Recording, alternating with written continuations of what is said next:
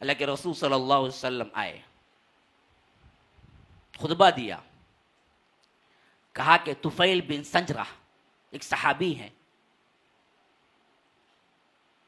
اللہ کے رسول صلی اللہ علیہ وسلم نے کہا طفیل بن سنجرہ نے جو خواب دیکھا، اس خواب کے اعتبار سے میں تم لوگوں کو پہلے ہی بتانے والا تھا،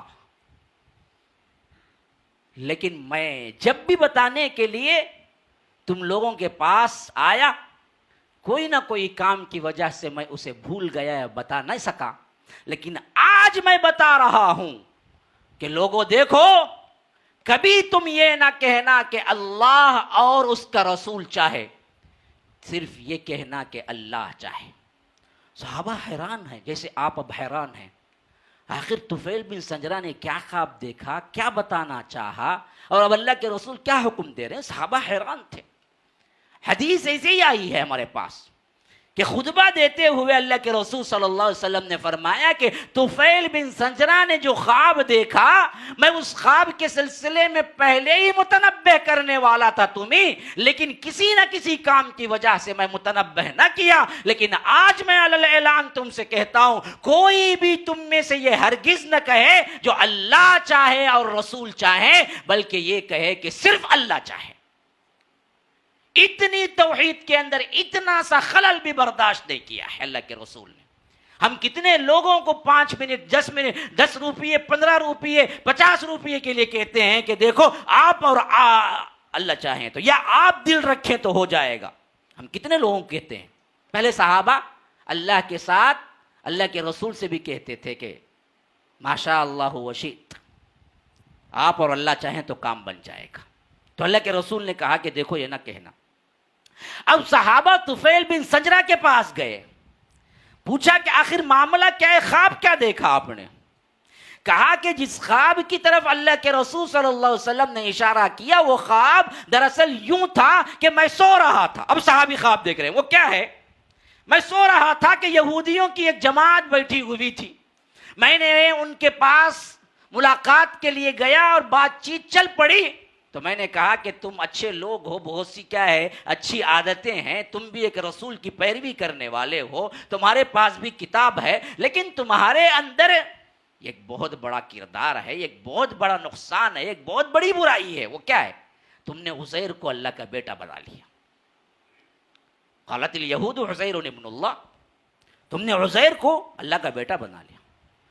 تو فوراً یہودیوں نے کہا کہ دیکھو، اب یہ خواب میں چل رہی ہے بات، فوراً یہودیوں نے کہا کہ دیکھو طفیل، تم بھی بہت اچھے لوگ ہو، تمہارے پاس بھی کتاب ہے، تمہارے پاس بھی رسول ہیں، لیکن تمہارے اندر بھی ایک برائی ہے۔ ہمارے اندر کیا برائی ہے؟ تم کہتے ہو کہ اللہ اور رسول چاہیں،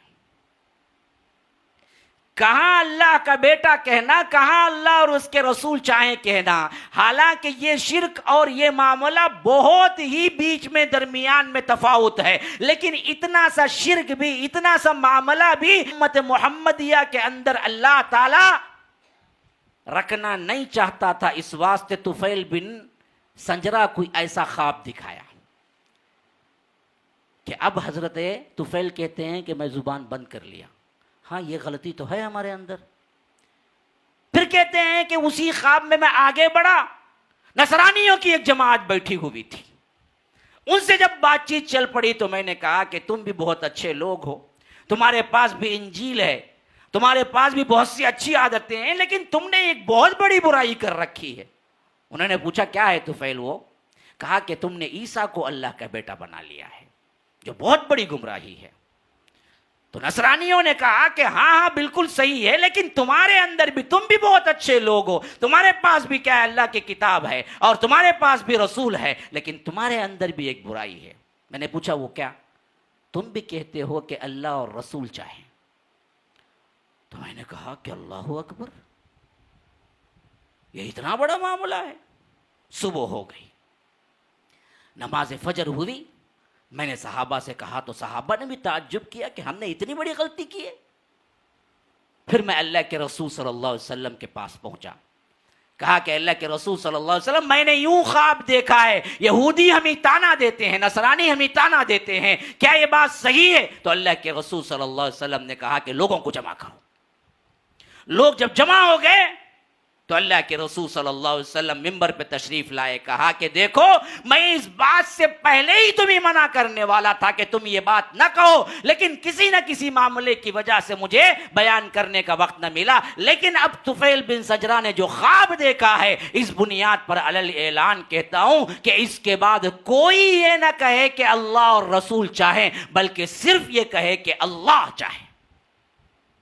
توحید کی عظمت دیکھو کتنی بڑی بلند ہے، کیسے سبق ہمیں کیا ہے دیا جا رہا ہے اللہ کے رسول صلی اللہ علیہ وسلم کے ذریعے، کیسی تربیت ہو رہی ہے صحابہ کی، اتنی بات بھی برداشت نہیں کہ اللہ کے ساتھ کسی کو شریک کریں اس معاملے میں بھی جس میں دراصل گنجائش موجود ہے۔ ہم تو کئی مرتبہ لوگوں سے بھی کہتے ہیں کہ اللہ کے بعد آپ ہی کا بھائی سہارا ہے، آپ ہی دراصل سب کچھ کیے، آپ ہو جے، آپ مان لیے، آپ نہیں مانتے تو کام نہیں ہوتا، ایسی باتیں کتنی کرتے ہیں۔ اللہ کے رسول تو اس کے سب سے زیادہ مستحق ہے، ہونے کے باوجود بھی اللہ کے رسول نے روک دیا کہ یہ توحید کے منافی ہے چیز، کہ یاد رکھو صرف اللہ چاہے وہ کہو، اللہ اور اس کا رسول چاہے یہ نہ کہو۔ اس توحید کو اگر آج ہم مانتے اور سیکھتے اور لوگوں کو سکھاتے، میرے بھائیوں، یہی اصل بنیاد ہے زندگی کی، یہی اصل مسلمانیت کی بنیاد ہے، یہی اصل فلاح و بہبودی کی بنیاد ہے، یہی کامیابی کی بنیاد ہے، یہی دراصل دنیا اور آخرت میں عزت کی بنیاد ہے کہ توحید کو آپ سمجھو اور سیکھو اور اس پر قائم رہو، پھر دنیا کے اندر بھی رب العالمین آپ کو بلندیوں سے نوازے گا، آخرت تو ہے ہی متقین کے لیے۔ الحسنہ یونیورسٹی، یہ ہے پلاٹ اس طرح، یہ 4 ایکڑ کی زمین ہم نے کیا یونیورسٹی کے لیے مخصوص کر دی ہے، پورے 4 ایکڑ۔ اس کے اندر ہم مسجد لائیں گے، عورتوں کے لیے الگ سے ایک کالج ہوگی، اور اسی طرح مردوں کے لیے کالج ہوگی، کلیے مختلف ہوں گے، ان کلیات کو جوڑ کر یونیورسٹی لیول تک پہنچے گی یہ۔ اس کے ساتھ ساتھ انشاءاللہ العزیز 24/7 سیکیورٹی کا انتظام ہوگا،